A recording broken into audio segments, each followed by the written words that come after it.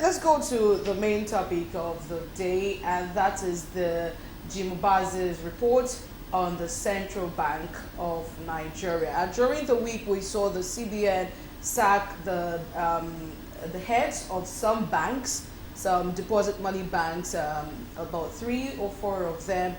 It has been linked to the report, while some others say it's as a result of transparency problems and all. But because we've not holistically looked at the reports before now, so I thought, okay, let's bring this to the forefront and then we look into it. That report was submitted in December 2023, and 17 allegations were laid against the former and the suspended Central Bank of Nigeria governor in person of Godwin Emefiele, unauthorized funding of 593 bank accounts in the UK, US, and Canada, fraudulent cash withdrawal of $6.23 million from the CBN vault, misappropriation of COVID-19 finance, and so many other things.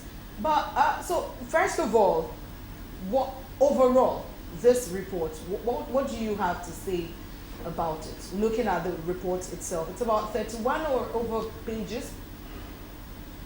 We had the withdrawal, illegal withdrawals, and all that. The allegations, rightly verified allegations, and you rightly verified. How because the say special investigator was given all the powers to go look into the books, of the CBN, and he saw whole lot of things. But then you want to see if that really would be so surprising to most, observers and analysts, because over a period of time you see, you've witnessed CBN became another kind of minister of state portfolio. You understand? So the president or the head of state almost has successive ones, for that matter. They have unfettered access to the vault, and that's why it has always been in the kind of eye of the storm. So you're going to have a president who walks in, and the first thing he does, what is there in the CBN, and what is happening in the NNPC. So he arrogates the position of Minister for Petroleum to himself. Then the CBN also, I don't know, but when you look at the act that sets up the CBN, 2007 Act, you discover that CBN, just like the Bank of England and the Federal Reserve Bank, Federal Reserve in the US, the CBN governor ought to be something like autonomous government, for that matter, because they are expected to be professionals, thoroughbred, patriotic, and with all that, they are, what do we call it now? The judgments, being patriotic, and people, when they cough, everyone listens, everyone listens, and they are trusted, their judgments, well taken and trusted. But when you have CBN governors working and at the same time trying to have conflict of interest, a CBN governor trying to, while in office, trying to contest for the post of the president, and dishing out contracts like a personal business, then it becomes an issue. So in a nutshell, you have extant law grossly violated. The extant law. So violated, and something had just to give in an investigation. It was all glaring. The redesign of the Naira, the way it came, the shortages of Naira. Many people are in the graves due to the fact that they were unable to have access to their own funds. At the time. You understand? About the time I had a very big ceremony of my life. Can you imagine? So we regrettably, we've come to that lowest level of having to have CBN governors who have taken it too personal, you know, Okay, rather than patriotic. Okay, have yours. Yes, I like the fact that he gave us a background to what we saw play once upon a time where I like stories, I like history, because I think I've been a little bit around Nigeria. I remember I had two Sanusis, I had a Soludo, I remember back then in secondary school, some of them, they were part of the things that were asking common entrances. Those are people that were phenomenal. Central bank governor is one question that you hardly would pass without being asked that. You know, that told us back then the importance of that position.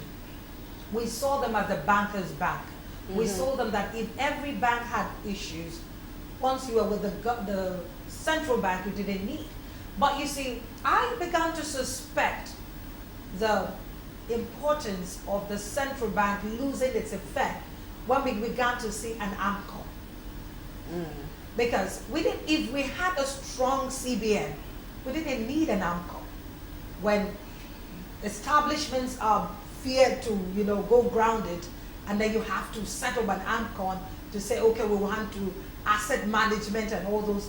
I began to suspect back then, because I had a little chance with the business desks. The question had been, AMCON came in just to stay for a while, 10 years, and then go back. But when I began to see AMCON almost doing the job of the central bank, it just gave an excuse to the fact that the central bank of Nigeria is losing its grip. Now, having said that, then we began to see the people that are given the chance to become governors. The last one that we could say was Soludo, that would say, yes, he fitted the box. Although some people could argue that an economist or a banker can still be a central bank governor, insofar as the person can, give what we are asked, we want him to get. But to look at a CBN governor like Richard actually said, a central bank governor that had his eyes in politics, you could tell that we wouldn't get the job done. That alone was a question mark on him. But having said that, we're talking about a very strong allegation that have been verified, or allegations that have been verified, which I am wondering how long it will take him to get out of the news, because it's right on his back. But to say also that the CBN, that it's almost a sacred institution, that had one man controlling it without some kind of a check and balance, where was the CBN management? How come that they became toothless bulldogs, whether we like to say that or not? Because there was this impression that they couldn't do anything. Was it that the president at that time could not put a stop to the movement of an Emefiele, or was it the other way around, that the president also felt, okay, I trust you, you can do everything? I actually have a question on the president, but before we go into that, both of you have mentioned this report is verified, but how has that been verified? Yes, he had access, he had resources to go into the CBN books and everything, but is the subjectivity of the investigator not questionable? No, given the fact that he was even under President Buhari's administration and was sacked by the president as the federal the head Financial Reporting Council Executive Secretary. Executive Secretary, rather. So what is the place of the subjectivity of that investigator, and could that not have played out in this report that we see? Well, that would be that suspicion, really. But let's look at the pedigree of that person. Why is it that this person, don't forget that I don't want to believe that the president's, Buhari's APC is different from this president's APC. It's a continuum. It's a continuum. So what happened that we're saying that other administration is seeing him in a bad light and this is seeing him in a good light? What is it that this present administration has seen in him that feels, let's take him back to correct, or let's put him back because he can give us the desired result? the flaws of what is being exposed, that the ordinary Nigerian felt the pain, is enough to some high degree to feel that there's some sort of authenticity in that. Okay. Because it wasn't a clandestine thing that you actually said you were affected. I know how many people that could not withdraw money as a result of the cash issue. So you can see that some of the things that you can see in a black and white. So the tendency of thinking that, oh, there's subjectivity in him, maybe he wants to do, there's a vendetta issue, can be there, but let's not also overlook the fact that people were affected, businesses failed, some died. So are we saying that we should look the other way around? I mean, the other side and say Obazee is actually trying to be vindictive? Okay, so another question is, and that's for me, sorry, Numa, why an individual? Why not maybe we have anti-graft agencies that can look into all of these things. EFCC is there, ICPC is there. Why were they not contracted or so to say signed this investigation by the president, the current administration? Why an individual? And sorry, to also mention, recently I think a governor, was it Anambra State, one of the governors was mentioning that it is wrong to have individuals protect national assets. He was talking about Antita and oil theft and everything. So why is the government, going to employ individuals when we have agencies that could probably do these jobs? Is it that the agencies are not trusted, or over the years we've not seen them do anything, or what? You just asked a salient question that has to do with even the constitutionality of having to get a private investigator to do the job of the EFCC and ICPC. Yes. But just like you have lots of issues where the presidents, the governors who tell the citizens where Nigeria, it's Nigeria, and but when you look back, they go Dubai, United States, and UK to go shop. They don't patronize Nigeria. So it's like it's irony. Is that just? It's just the analogy of what we are getting at.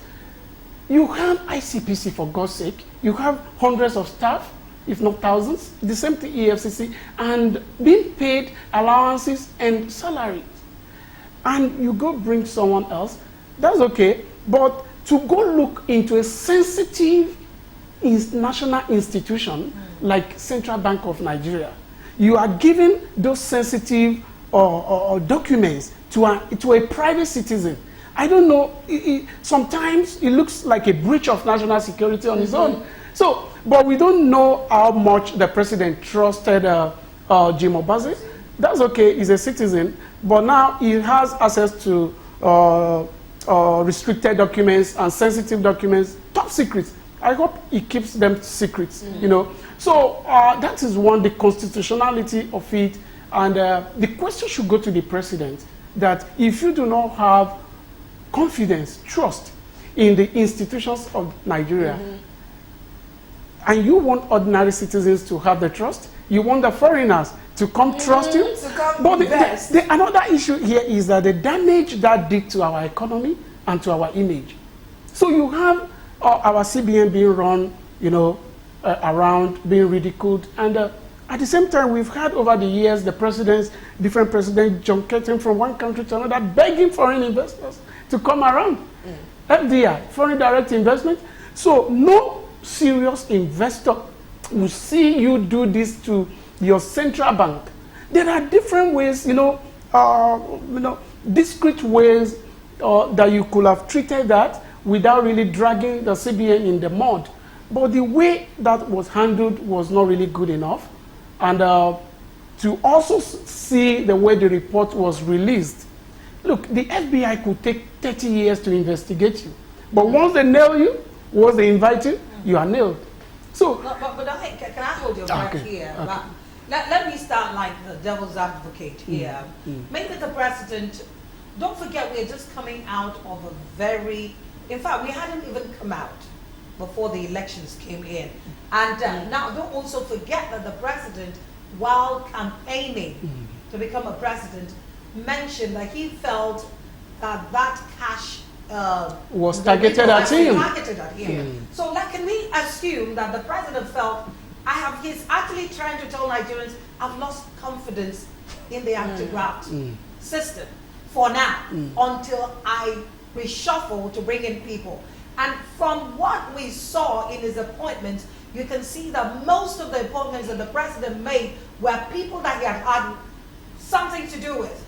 So whether we like it or not, well, to some degree, you cannot bring people that you cannot attest to, you know, their competence. So let me sound as if we are trusting the president for that decision to say, Obazee has done something X, Y, Z at some time, so I am bringing him, I will trust him.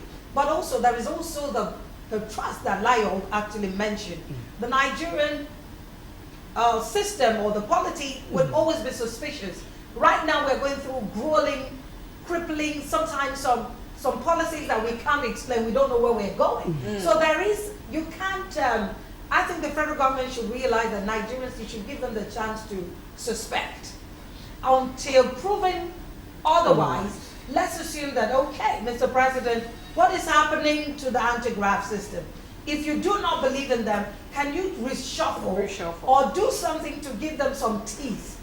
Because like I mentioned the AMCON, I asked questions when we saw AMCON coming, we gave them a duration, they would just deal with some issues. And now AMCON is an institution.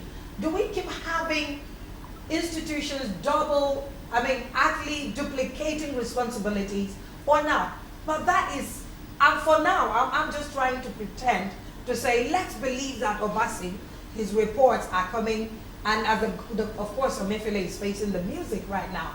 Let's assume that all of these accusations, if they are found, to be true, then maybe we will get Nigeria's stolen assets back, or the monies that we're talking about. Because I have seen a lot. Boy, Abacha has brought back from the dead.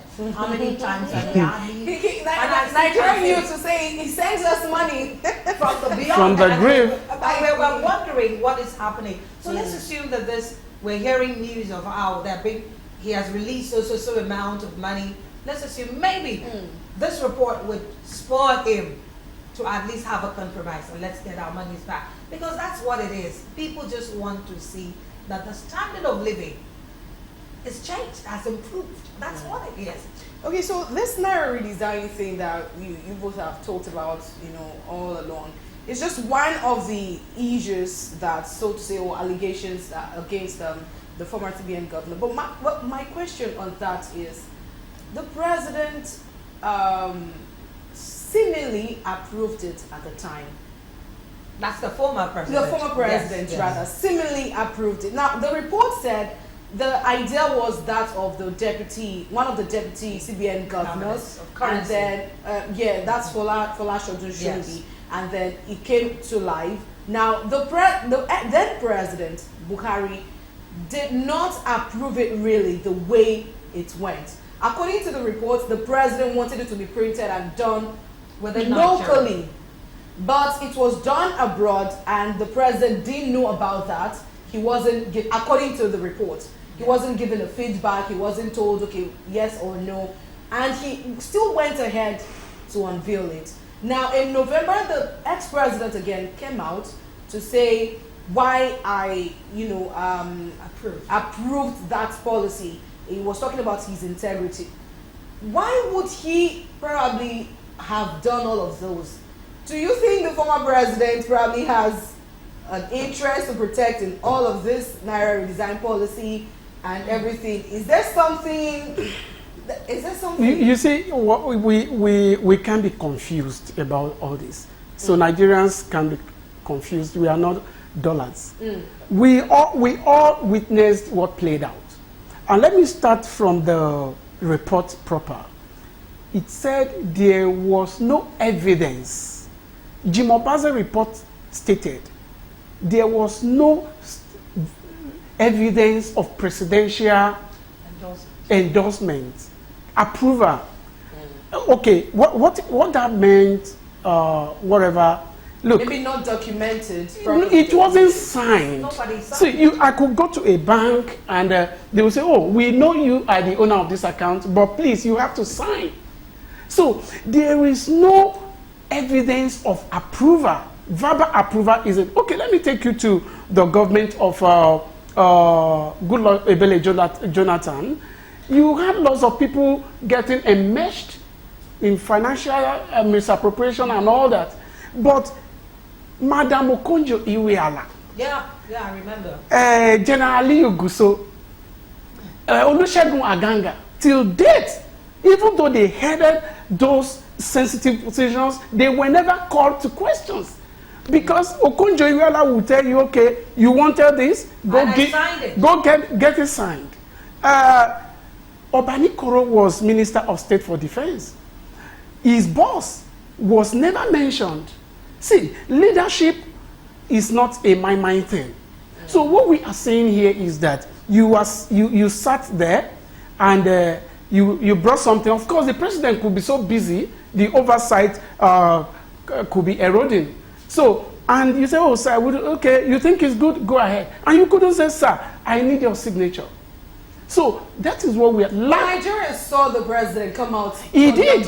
He did. That is some sort of approval. You have a point, but when it comes to nitty-gritty, see, documents need to be signed and approved. They need to be signed by certain people for certain documentation and posterity. And so should that be Emefiele's forward step? He should. The president himself. He should. At the professional level, he should take responsibility, and that's why he's facing the music. He should. So he shouldn't have been fooled, quote and unquote, to have done this huge national responsibility on his head. Don't forget that even the CBN management was not involved. Now, for whatever reason, that all the conversations from what we are reading from Jim Obazee's report had been between him and the former CBN governor and the president, and there had always been verbal communication. But my question I would rather ask Layo is this. Now, how did Obazee get to know that they were verbally accepted? Is it because he saw it on television when the president, first of all, launched it, and then two, also confirmed in November? Now, which is where I think, if it comes to the law, questions could be raised to ask Obazee, why are you now basing this particular statement, as it were, as it is not enough? Because we have seen people be giving huge sums of money just for the integrity of personal knowledge.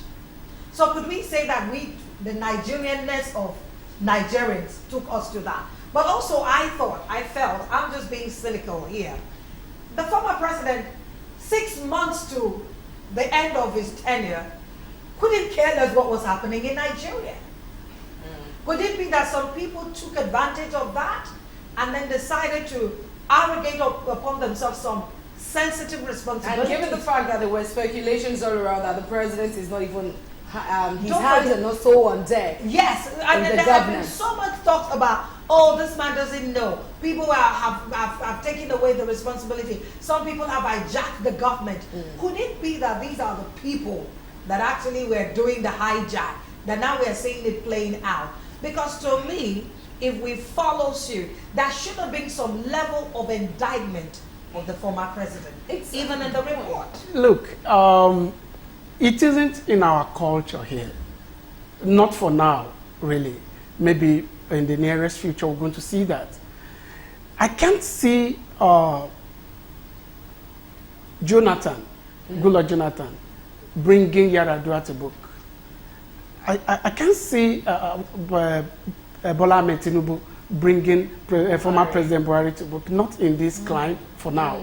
And we need to be realistic, you know. Or they don't eat, the dog of the elite does not eat the dog, the same dog, you know. So they have that table manners there.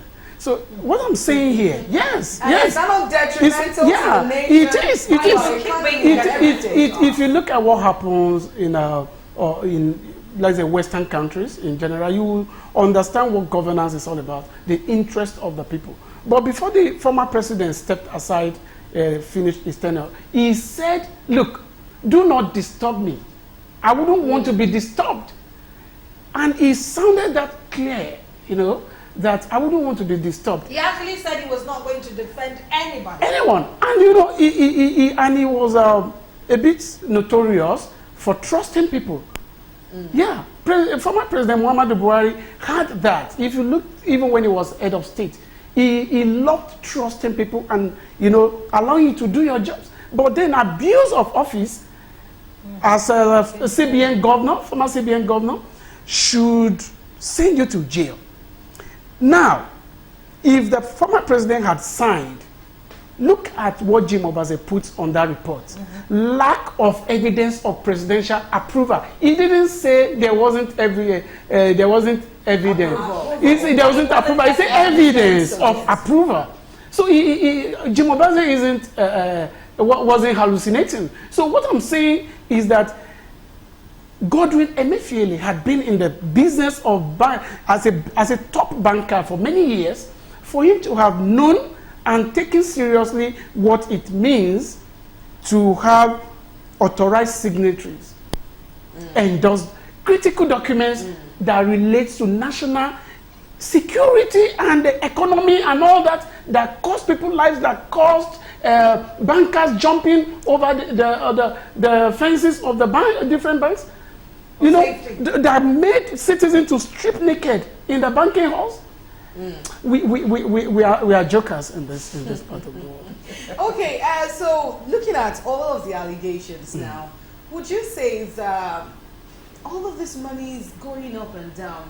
Could it be as a result or a function of we having too much to throw around in governance? Talking about our cost of governance. I actually want that question to lead us to the president slashing, you know, yeah. So would that be a function of there's too much money to, you know, play with in government, and that is why we are seeing all of this? Well, you've answered the question. The truth of it is that I don't know whether we're serious about the cashless society. I remember the former one-time CBN governor and of course the ousted Emir of Kano, Sanisu Lamido, he really wanted Nigeria to go cashless. And we actually had some moves. We made great moves towards that we were all already acclimatizing the society. We're already accepting. If that had been a serious issue, if it had been taken seriously, I think by now, movement of monies wouldn't be so necessary, and maybe individuals being in charge of huge sums of money wouldn't have been there. But let me answer you directly. It's all about checks and balances. Who are those responsible for checking other people? The traditional African belief that Oga can never be wrong is affecting our financial psyche. How, if there was a serious CBN management system, the CBN governor would not have had the right, not even the president would have had. There was a management board, so there was. I mean, that huge responsibility should have been discussed. Oh yes, the president gave a verbal approval, but we are saying no. These and these are the reasons. Or should we go along with what the president said, that we should go local? Maybe that would have reduced the amount of money. You see, we're used to spending. We don't care. That's why you can see a little space of land just go for construction and you will hear billions. We're not afraid of calling billions in Nigeria. And so it's a psyche. It's because nobody checkmates the other and questions your spending. You are spending X, Y, Z. Yes, I'm spending. No, why should it be so? These are the reasons. I've gone to do my facts, my check finding. You don't fact check, especially when it's an organ. That mentality, we've carried it over, and that's why no one questions the other person, and then it just, cascades downward. And we're having to go the way we're going. Nigeria needs to begin to, when we say we mean it, let's mean it. Whatever we're talking about, Well, I'm still seeing that we're getting worse and worse. Unfortunately, we're saying it on television, but it looks as if we're becoming more toothless when it comes to dealing with actions, taking actions, especially on financial issues. These issues that are happening right now that we're discussing in Nigeria, I hope it doesn't pass 2 weeks, because we know we always have the lifeline for controversies in Nigeria. Yeah, and then we things die another down. one will come and kill it, and then quieten the other, and then we'll move forward. But nobody has taken responsibility. Nobody has been reprimanded over an action that is seen by all and authenticated. And so the circle, which is vicious, continues. Okay, so let me give Mr. Inuma about just 1 or 2 minutes. So to, if you have any other things to say before we go to the next topic. Yes, still on this Obazee report, when you look at as good as the report was, and we've had the following week, the following day, the former CBN was released from Kuje prison. He went to the courts to sue. So what that means was that the man wasn't really going to take it lightly. So the fight continues. Of course. And why the other people that were indicted to come out to say, no, this didn't happen. And why would that? I didn't expect that, because that means the former CBN governor had not owned up to respond to the indictments. There are still allegations. Yeah, may be guilty or not. Yes, and that is why I want to look at the venomous languages used in that report. When you look very thoroughly, you will see the Obazee saying like the CBN violently, took money, and I was like, did it go with guns? Did it go into the vault with guns too? And that could also confirm to an extent that he had an axe to grind with the former CBN governor. We shouldn't be. So you are a private investigator, and your report, your judgment should be so trusted and come with integrity. But when you begin to use those words and phrases like he violently did this, he did that, and who would hear all that and not say, come on, let's look again. So that is just my concern as it relates to the security, the economy of this country, the investors looking and reading and watching on TV what played out. I'm sure we'll have more to do now to convince them to come around. Would you think, finally, would you think that report should also still be subjected to further yes. One man can't determine a decision that takes, it's a national issue. In fact, it's so high that it's all about our finance. Finance is life. So one man's report shouldn't be enough. And let me even add to this. You had those, there are a whole lot of questions still yet to be answered. Like, for instance, the issue of those Polaris, Union Bank, and is it Titan Bank? No. Now, Titan Bank tried to acquire Union Bank, Polaris, and there's one again. So the issue, like, who were other bidders? The questions, who were other bidders? Were there other bidders, and what then did the new foreign investors comply with the rules and regulatory frameworks? Who did they who did they was there background checks? Was there background check by the DSS? Who approved of those? So are you saying they just came, acquired, and disappeared, and had all that to themselves? So what I'm saying is that the report has lots of questions to be answered. Okay, thank you very much.